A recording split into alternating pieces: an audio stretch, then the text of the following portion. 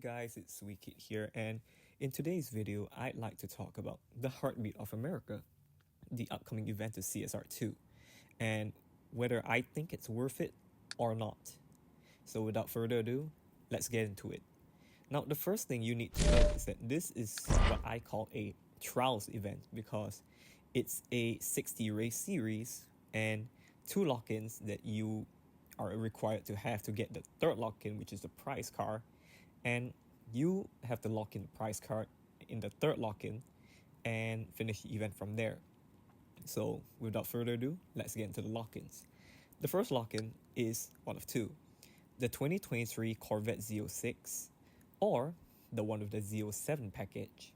If you don't have either, definitely spend car credits if you do have them for the Z07 package, because if you can see my build right here with 2.8k Evo, that's insane.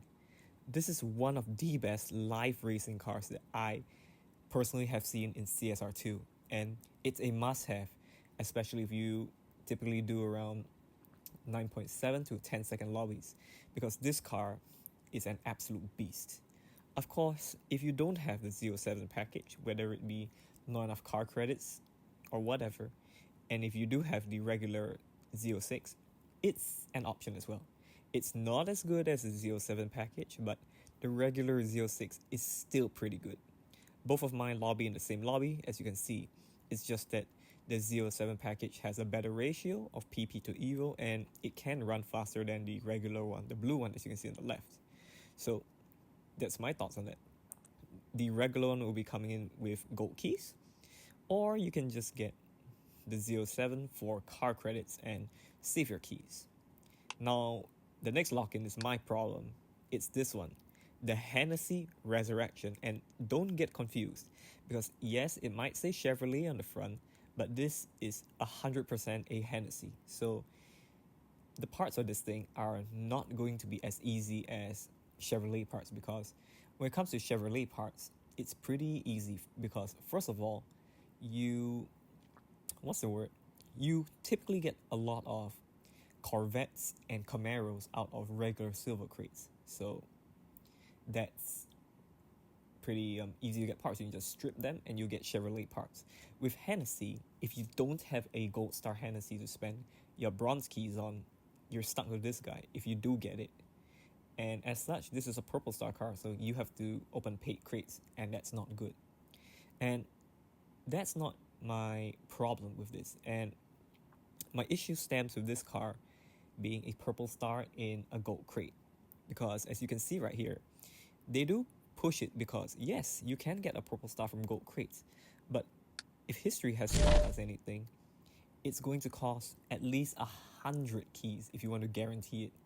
You can luck out and get it on the first try for 20 gold keys, but it's unlikely to happen. So I don't think this event will be too nice to my gold keys. So anyway, I will be doing it because I do have the first lock-in build. So if I didn't build the second one, it's kind of a waste. And I should note that this car coincidentally shares stage 6 parts with its gold star counterpart, which is what I call it, the Hennessy Exorcist, which also is a Camaro like this one, but Hennessy branded. So if you do have the Exorcist, you can open gold, why do I keep saying gold crates?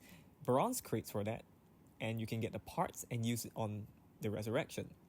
So besides those things, would I recommend you go out your way to get the Resurrection?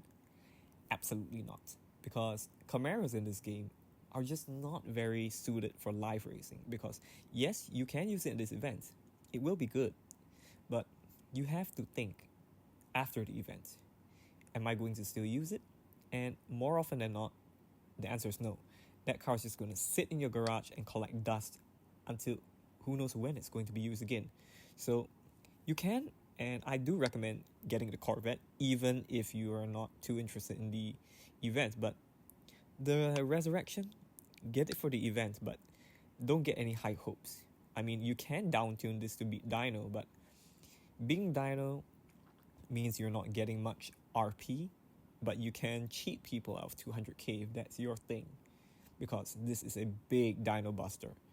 But you have to weigh your pros and cons, because I'm sure there are people out there who have recognized this or the Exorcist and just won't race it at all.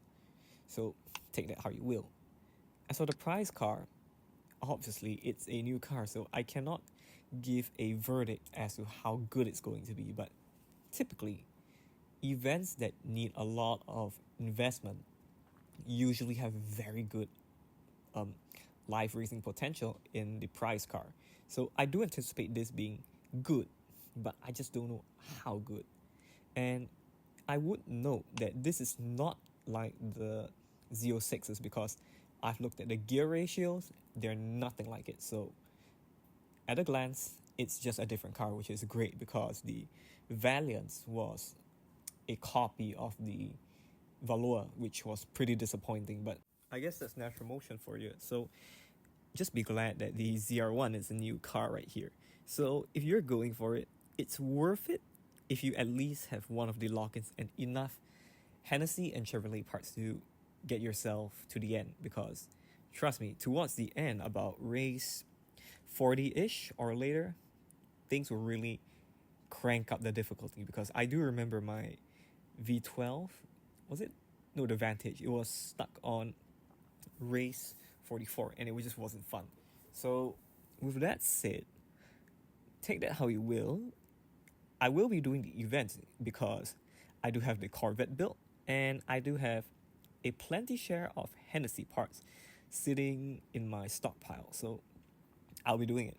But then again, losing 100 gold keys, I guess I can overlook that, because at the end of the day, the ZR1 is a pretty good looking car and I'm kind of a Corvette person myself. So thank you so much for listening and good luck if you're doing the event, and I'll see you next time. Thank you.